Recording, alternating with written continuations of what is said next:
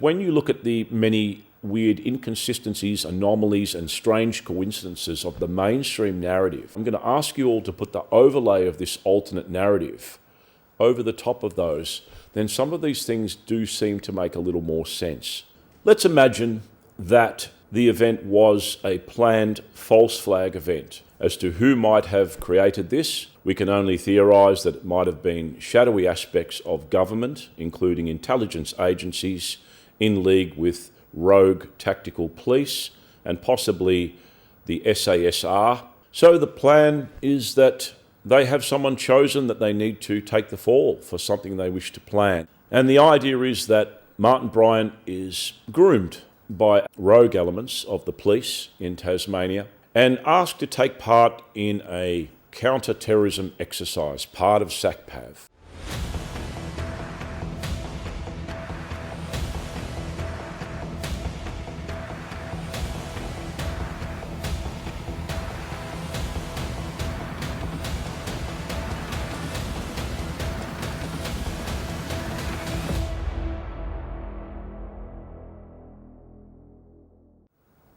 Welcome to the Wasp Files. Some of this material may be distressing and viewer discretion is advised. By now, most Australians are very well versed with the mainstream narrative of the Port Arthur Massacre and the convicted perpetrator, Martin Bryant. Over the many years of my investigation into the tragedy and uncovering a multitude of inconsistencies, anomalies, strange coincidences and unexplained events and unresolved questions, it has led me to question quite deeply the mainstream narrative. Tonight's episode then is going to be a departure from that. I would like to talk about what I will call the alternate narrative of the Port Arthur Massacre, as opposed to Martin Bryant being the sole gunman. I prefer the term alternate narrative as opposed to conspiracy theorist because personally I find that term repugnant. So alternate narrative is simply an exploration of the possibility of a second story to Port Arthur. So I'm going to ask you all to theorise. Let's imagine that the event was a planned false flag event. As to who might have created this, we can only theorise that it might have been shadowy aspects of government, including intelligence agencies, in league with rogue tactical police and possibly the SASR, with their involvement being from a more military and professional engagement of a very highly trained and ruthless killer. Very much like the John F. Kennedy assassination, if we consider that Martin Bryant is in essence our Lee Harvey Oswald. One statement, please. I'd like some legal representation. These police officers have not allowed me to have any. I don't know what this is all about. I'm just a patsy. The appointed and chosen patsy, the person who was set up, who on the surface level of things seems perfectly capable and culpable of carrying out something like the Port Arthur Massacre, until you dig a little deeper into his character and his abilities and his disadvantages to consider whether or not that he was capable of doing this. So we're going to say that Martin Bryant was our chosen patsy, that he was looked at because he was known around the local town of Hobart, an unusual character, certainly socially dysfunctional, with attributes that people would consider to be strange and in some cases aggressive and potentially violent. He was a person that was purportedly of low intellect and limited abilities, and in that case, someone that could be considered to be very gullible and easily led. So Martin Bryant was watched, and perhaps the planning may have begun from when Barry Unsworth was famous for quoting that there will never be uniform gun laws in Australia until there is a massacre in Tasmania. This was the quote that the former New South Wales Premier, had quoted while storming out of a meeting when the federal government was trying to implement uniform gun laws throughout Australia. Also, prior to the Port Arthur Massacre, well-renowned anti-gun advocate Roland Brown also stated there will be a massacre in Tasmania. Perhaps the seed was planted. I've always said that gun control alone is too simple a motive for something as heinous as the Port Arthur Massacre. So if we apply the historical and worldwide global motivations by the less savoury of our human race, they are usually power, money, influence and control. So let's consider that people of that nature have decided for whatever reason to create the false flag of the Port Arthur Massacre using perhaps the Hoddle Street shootings and the Queen Street shootings in Melbourne as precedent cases for something much larger, much more heinous and much more world engaging, if you like.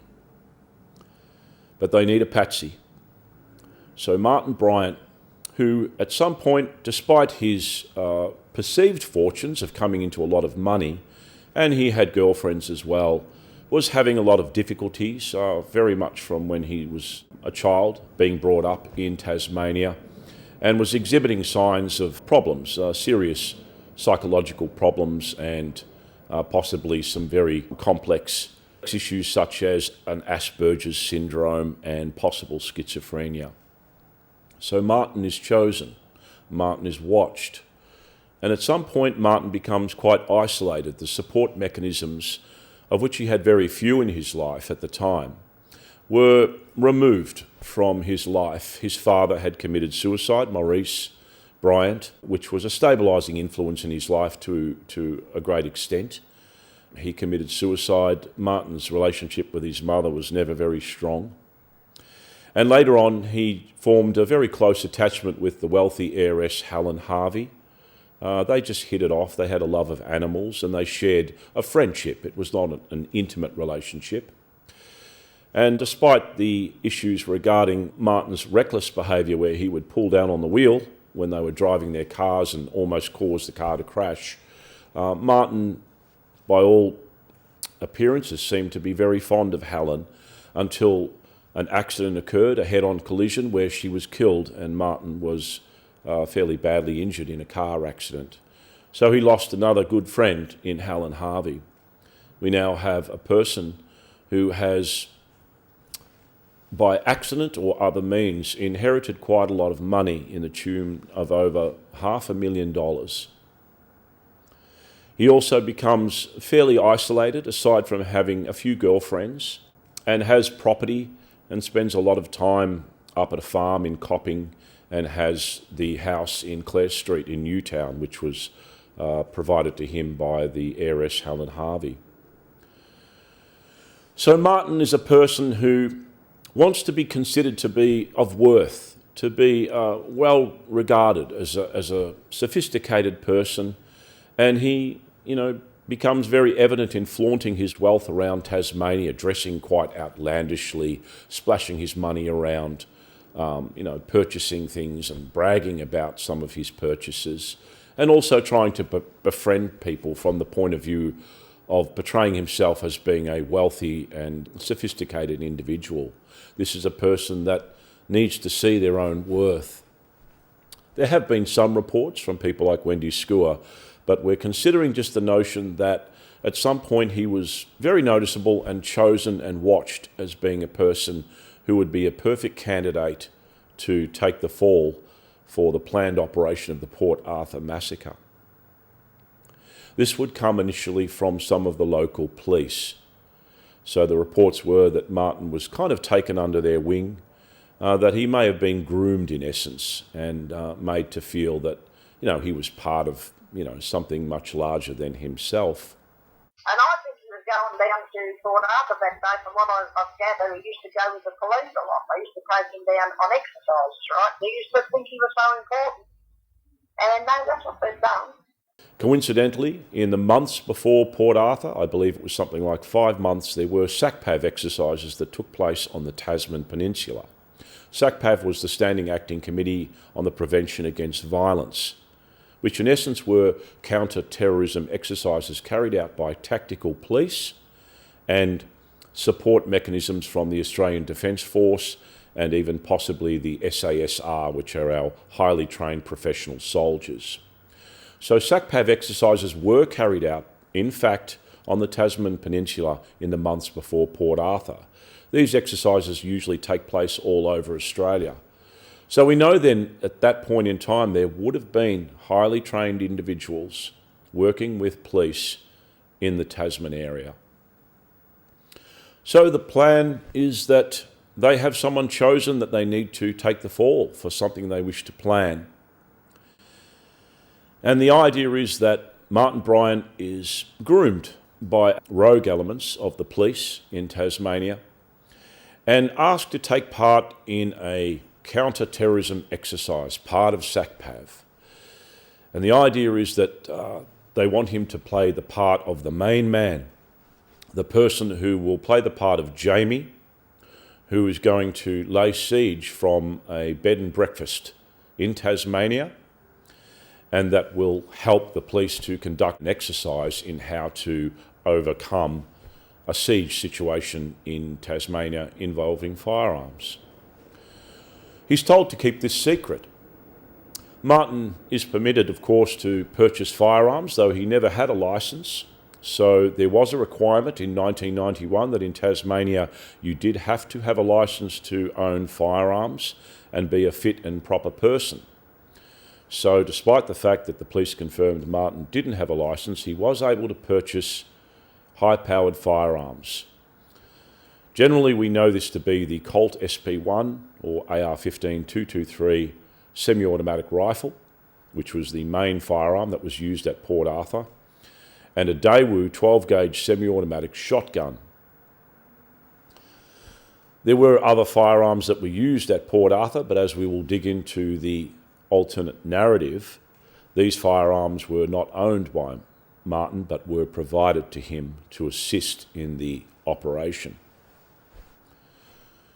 So Martin is in a good place prior to Port Arthur. He has the girlfriend that he's been with for 3 months, Petra Wilmot. They are in love. Petra says that he's gentle and kind and looks after her. He has lots of money. He can travel overseas, which he does extensively, and he purchases some firearms, and he owns property. So this is a person you would think is in a pretty good place, despite the fact that he might have some social disadvantages and perhaps some psychological issues.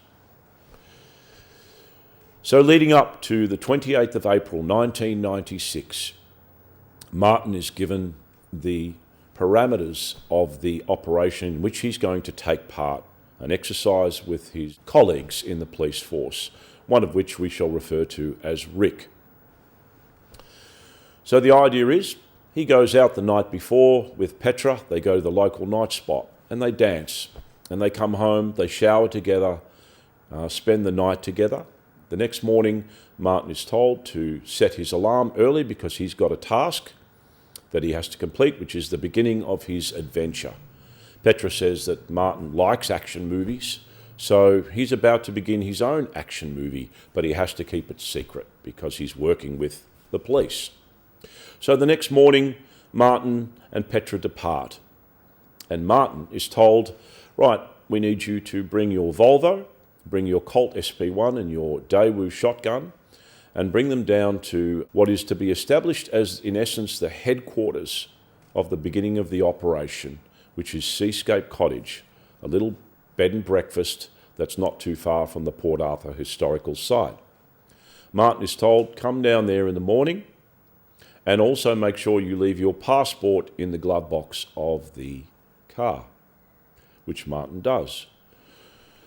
So Martin is told to drive down there. He arrives sometime in the morning, and if we skip back a little bit, sometime between the hours of 10:30 and 11 a.m, nearby neighbours to the Seascape Cottage, which is the chosen location for the siege that happens later and the headquarters for the operation, the neighbours report hearing gunshots emanating from the vicinity of the Seascape Cottage. This doesn't alarm them too much because it's a rural area and they know that people have firearms and it's not necessarily out of the ordinary. However, they report gunshots at that time in the morning. Martin arrives at the Seascape cottage. Waiting for him there are some operatives that to assist him in taking part in the operation. One of these is Rick. The other may be another individual who is unidentified, and that he's told what you have to do is you're going to be stationed here at Seascape Cottage and you're going to be playing the role of Jamie. He's provided with a script, and he's told that when the time comes and you're given the signal, you will be shooting out the window of the cottage with the various firearms that we've set up here around the Seascape Cottage. On one condition, you are not to shoot any police officers. You can shoot at them, and Rick will also be here as well to assist with that, but no police officers can be killed. Martin may ask, where is David and Sally Martin, the owners of the Seascape Cottage? 3 possibilities present themselves. Number 1, they're not there. If they were in fact murdered in the morning prior to Martin Bryant's arrival, then they may have been hidden somewhere in either the guest house or some part of the cottage itself, and all that Martin is told is that the owners of the cottage have agreed to take part in the operation and provided their cottage as the location for the siege. The other possibility is that when Martin arrives, he discovers that the couple have been murdered, which would of course be a shock. And if that was the case, he might ask, why have they been killed? And he might be told, this is actually an exercise because we do actually have terrorists on the Tasman Peninsula, and that David and Sally Martin are enemies of the state and had to be eliminated. And that we have sanctioned that, but we still need you here to conduct the rest of the exercise. The third possibility is that Martin is actually permitted to kill the Martins himself under the guise of them being enemies of the state, and that the operation is sanctioned. I personally think the first of these is more likely, that the Martins may have been killed and or kept somewhere in the guest house or somewhere in the cottage, and that Martin has no idea of their whereabouts. This may also explain why, when Constables Paul Hyland and Gary Whittle arrived at the Seascape much later during the siege, both of them tendered witness statements that they saw a naked female running screaming between the guest house and the cottage. The identity of that person has never been determined. So there is every possibility that perhaps that woman was Sally Martin, that she may have been kept in another part of the property, perhaps had escaped from any restrictions that she had and had run screaming, trying to get help. Maybe she was disrobed to keep her from, running and trying to elicit help. But it's one aspect of when you look at the many weird inconsistencies, anomalies, and strange coincidences of the mainstream narrative. If you put the overlay, I'm going to ask you all to put the overlay of this alternate narrative over the top of those, then some of these things do seem to make a little more sense. And that's one example that could explain why there was this unidentified naked female running between the buildings screaming. So Martin is at Seascape. He meets the other operatives there. There may be 2, there may be 3. They have set up Seascape Cottage with additional firearms, most likely owned by Glenn Martin, who is the son of Sally and David. He's no longer there, and the couple have been disposed of. He's provided with his script and told, wait, and when we give you the signal, you will read from your script as required if contacted by phone, and when the time comes, you will engage in a siege with the surrounding police. Remember, Martin's Volvo has been brought to that location along with his firearms and his passport in the glove box. One of the operatives that is at the Seascape Cottage then commandeers Martin Bryant's clothing. And if we recall once again, when Martin had run out from the burning Seascape Cottage at the conclusion of the siege, he was dressed in black, which may or may not suggest that When he arrives at Seascape, he has to dress and pretend that he is a special operations group operative. So Martin's clothing is provided to the real gunman. The real gunman, in essence, would be a highly trained individual and most likely a psychopath with compassion for no human life whatsoever. This person would most likely have been SASR or ex-SASR, or perhaps a private military security contract. A very highly trained, dangerous, ruthless and psychopathic individual who has some appearances to Martin. This person takes Martin's clothing, he takes Martin's car and Martin's guns. He dons a blonde wig and then makes his way down to Port Arthur.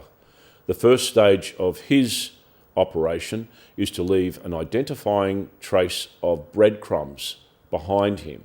Weird events, strange anomalies like buying a bottle of tomato sauce at the local supermarket and paying small change so that people notice him, carrying a large bag, suspicious activity, stopping at service stations, purchasing fuel for the Volvo.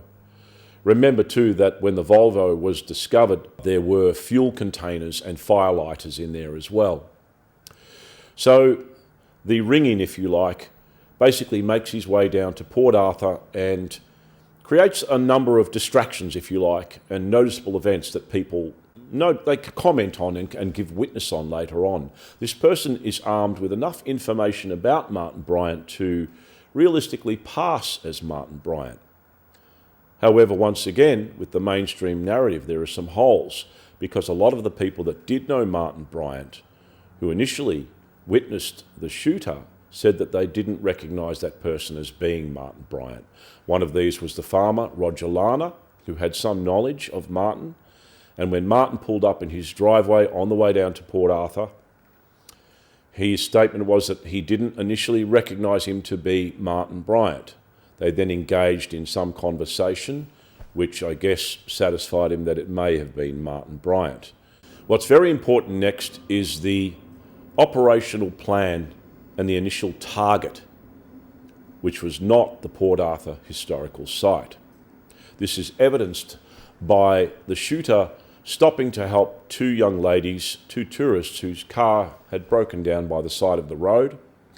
Martin was not known for his mechanical aptitude himself, yet this person was able to get their car running by fixing a loose wire.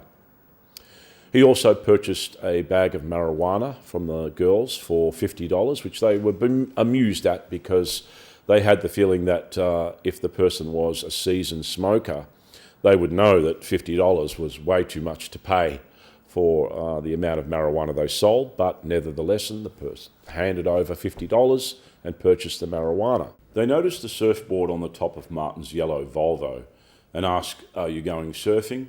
And the reply comes back, "No, I'm going down to get rid of some wasps." Now this indicates an obvious planting by the gunman for a motive for the attack, which is to eradicate white Anglo-Saxon Protestants, or WASPs. He goes on to say, "You can join me down there and buy me a coffee before driving off." The shooter makes his way down to the Port Arthur historic site, pays the $50 entrance fee, and enters the site. Now here's where there's an indication that the original target was not in fact the Broad Arrow Cafe, but the Bundina ferry that takes tourists across to the Isle of the Dead. The Assistant Police Commissioner on the day, Lupo Prins, reported to the Hobart Mercury on the 31st of December 1996 that the initial target for Martin Bryant was the Bundina ferry across to the Isle of the Dead. The shooter parks down near the water's edge, close to the jetty where the Bundina alights for the Isle of the Dead. He doesn't park in the car park next to the Broad Arrow Cafe, which is in close proximity to his vehicle, if that was the intended target. Ian Kingston, who's the security manager and traffic controller on the day, remonstrates with the shooter and says, "You can't park down here, we need this space for the buses." Disgruntled, the shooter drives off and Ian Kingston goes on about his duties. But when he looks back, he notices that once again, the yellow Volvo has been parked down near the water's edge close to the jetty where the ferry alights for the Isle of the Dead. Now, the Isle of the Dead, as we know, is a little island, a historical gravesite that's just off the foreshore of the Port Arthur historical site. It's accessible only by the ferry. So in order to get rid of wasps on the Isle of the Dead, the plan is that the shooter will make their way down there, join the ferry with the other tourists, make their way across to the Isle of the Dead, and that is the intended target for the shooter. This has significant impact for a number of reasons. Reports were that in addition to local tourists, there was something like 80 US tourists on that ferry that day that were making their way across to the Isle of the Dead. If we consider the notion of the Isle of the Dead itself, there are no cameras on the island. It's not accessible to the public other than by the ferry. It's an isolated environment in many ways. Anyone witnessing an assault on the Isle of the Dead or the ferry itself, all they would witness would be hearing gunshots and seeing whatever commotion was happening at a distance. There would be very few witnesses, eyewitnesses, to identify exactly what took place on that island. It's the perfect ambush point. The notion that there could have been 80 US tourists, it goes without saying that given the ongoing debate about gun control in the United States, the ramifications of 80 US tourists being killed would have been a much higher body count than that was achieved at the Broad Arrow Cafe and the Port Arthur historical site, would have gone global and certainly would have had huge ramifications for gun control in the United States. So that was the stage of the operation, was to create the breadcrumbs, make enough noticeable disruptions that people notice a person who is perceived to be Martin Bryant with the long blonde hair, the dark long coat, making their way down to the Port Arthur historical site. The shooter parks Martin's Volvo down near the water's edge. He asks the security manager and traffic controller Ian Kingston if he could park down there, and is told, no, you can't, we need that space for the buses. Ian continues on with his duties, and the shooter parks down to the water's edge anyway, because he needs to get onto the ferry. This is where the operation has run awry. Now, we have to consider at all this time, Martin Bryant, unknowingly, is situated at Seascape Cottage. He has no concept of any other aspect of the perceived counter-terrorism exercise other than that he's going to be holding siege at the Seascape Cottage. However, there are much greater agendas and plans at play. So the gunman has, remember, petrol and firelighters in Martin's Volvo. The plan is to get onto the ferry and join the perhaps 100 or so people who are making their way across to the Isle of the Dead. At some point, they may have had to elicit an emergency disembarkation because the ferry could have been set on fire. This would have forced everyone to escape from the ferry onto the Isle of the Dead. Once on that isle, there would be nowhere to escape to. The waters surrounding the Isle of the Dead, the Tasmanian waters, were freezing. And if we have elderly people and children, very unlikely that they would be able to survive if they tried to escape by jumping in the water. This was evident during the Norway shooting that occurred on November the 22nd. Victims were trying to escape a gunman who had trapped them on an island, and they too jumped into the water, and some of them drowned. They had nowhere to go. So that's the plan. Also, consider the fact that on the island, if there was no access, immediate access by police, if the ferry had been burnt into the ocean, you've got the gunman on the island, you've got a much higher amount of people that are killed because they are, in essence, trapped with nowhere to go. And then it would be also very easy to plant evidence linking the appointed and chosen patsy, Martin Bryant, to the crime, the greater crime of the massacre on the Isle of the Dead. We know that the gun bag that was abandoned in the Broad Arrow Cafe allegedly contained a bloodied knife that was wrapped in a towel with DNA consistent with that of David Martin, the owner of Seascape Cottage, who was later discovered in the burnt wreckage of Seascape. So, in essence, you have planted evidence, as well as whatever other evidence was planned to be left on the Isle of the Dead. Once the aftermath of the shooting had took place, it would also be very easy to cordon off that crime scene. So whatever else took place, what investigations were taking place by the police that were involved would in essence be hidden from the public. The other issue, of course, is that you now have the gunman on the island. So how do we then correlate back to the appointed patsy and chosen victim who was meant to die in the operation, Martin Bryant, who is currently residing at the Seascape Cottage? The shooter would conduct the massacre. Everyone on the foreshore would hear the gunshots, perhaps see the burning ferry, be horrified. We know that the only two police close to the Port Arthur historic site were conveniently lured away on a false report that there were drugs that were contained in the coal mines over at Saltwater, half an hour away. So the only two police officers that perhaps could have organised access across to the Isle of the Dead were then lured away to the other side of the island, conveniently getting them out of the way. So the shooter, our appointed Martin Bryant, in essence, undertakes the massacre and kills a lot more people than were killed in the actual shooting, and then contacts the headquarters, which is the Seascape Cottage, and says phase 1 is complete. Martin would then be killed, and his body would be transported out by boat to the Isle of the Dead. There were reports that there was an unmarked boat on the bay at the time. This boat would then arrive at the Isle of the Dead, pick up the shooter, and dump Martin's body. Martin may have been considered to have committed suicide by shooting himself, or maybe he was found floating, drowned in the waters. Either way, the crime scene is wrapped up. Martin is discovered on the Isle of the Dead. His Volvo is parked down near the water's edge. There is no confusion as to the perpetrator of the crime. But the operation went off the rails, and the reason was, unpredictably, the ferry had left half an hour earlier. So the Isle of the Dead, which was the intended target, was now off limits.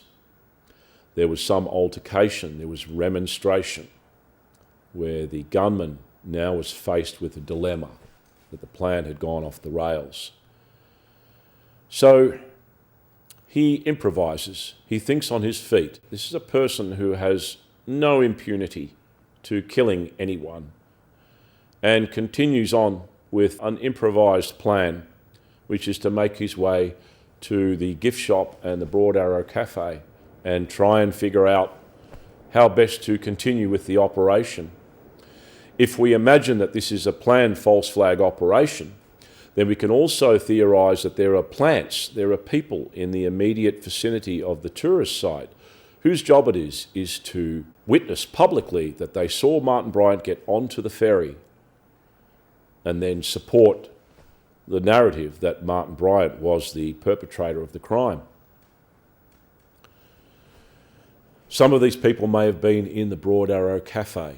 Once again, the strange anomalies and inconsistencies and unexplained questions seem to make a little bit more sense if you place the overlay of a false flag operation over the mainstream narrative. So, for instance, the shooter enters the cafe in a fairly agitated state, once again playing the role of the motivational racist shooter who is heard to go out on the balcony after purchasing his meal, waving his hands around and saying a lot of wasps around nowadays, not too many Jap tourists, creating a scene in essence so that people can recognise this person as mentioning wasps once again. That person's also seen mumbling and talking almost to themselves Is there the possibility that the shooter had an earpiece in and was communicating and was being told, abort the mission, the ferry has left, this person is then in a rock and a hard place, and they decide instead to improvise with the mission. That person then goes into the cafe and retrieves the Colt SP1 from the bag. Before we get to the shooting itself, we recall that he was also witnessed going into the Broad Arrow Cafe with a black video camera, which we covered in a previous episode. What would be the point of a shooter taking a video camera with them and about to embark on a mass rampage? There are some questions there, and possible alternatives to that are that if the person had been able to get onto the ferry, the shooter, then filming the carnage of US citizens being massacred in their dozens, perhaps drowning in the water or burning alive on the ferry, would have been catastrophic footage that would shake the world and certainly shake up America. This camera was, however, set up on a table next to the gun bag in the Broad Arrow Cafe. The other possibility is that anybody that is contracted to carry out something as murderous as the Port Arthur Massacre, in essence places themselves in the arena of being expendable, that they are a dangerous voice that perhaps should be silenced so that there can be no loose ends, so to speak. There is the possibility that the shooter, using either Martin's video camera or their own camera, because it's never been determined whose camera that was, wanted some insurance. So if they filmed themselves taking part in the massacre and it was clear that that shooter was not Martin Bryant, then that tape would in essence form the part of an insurance in case there was any action to try and silence the real shooter, because then that could be used as what they call a dead man switch, which is then if that's released, it would blow the whole mainstream narrative out of the water.